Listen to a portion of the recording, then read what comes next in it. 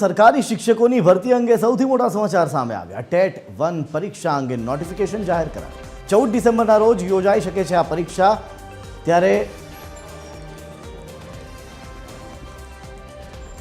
રાજ્ય પરીક્ષા બોર્ડે ટેટ 1 પરીક્ષા અંગે જાહેરાતો કરી છે। 29 ઓક્ટોબરથી 12 નવેમ્બર સુધી ભરી શકાશે ફોર્મ।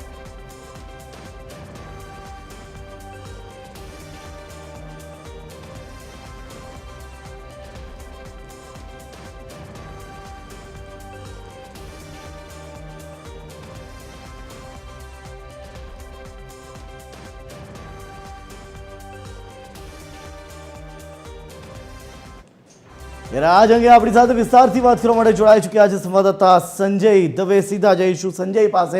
સંજય, આપની પાસેથી જાણવા માંગીશ કે 29 ઓક્ટોબરથી 12 નવેમ્બર સુધી ફોર્મ ભરી શકાશે, એટલે કે ટેટ 1 પરીક્ષા માટેની મોટી જાહેરાત થઈ છે। શું છે વધુ વિગતો?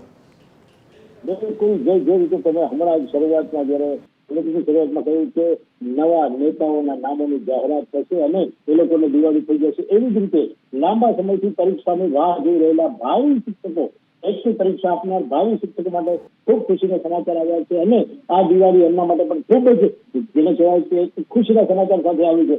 જે આપણે બનાવી છે કે શિક્ષક બનવા માટે ટેટ 1 ની પરીક્ષા આપવામાં આવતી હોય છે અને એને લઈને મોટા સમાચાર સામે આવે છે। ગુજરાત સરકાર સ્ટાર્ટ અને ટેટ એટલે કે એના દ્વારા ટેટ 1 પરીક્ષા અંગે નોટિફિકેશન જાહેર કરવામાં આવ્યું છે।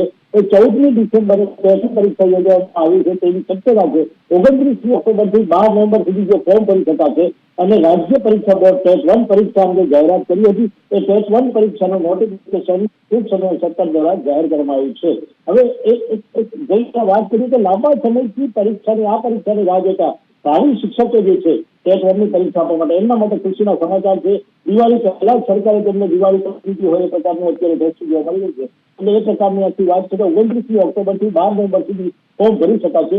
રાજ્ય પરીક્ષા બોર્ડ દ્વારા અધિકારિક રીતે આ પ્રકારની જાહેરાત કરવામાં આવી છે। જય માહિતી આપવા બદલ।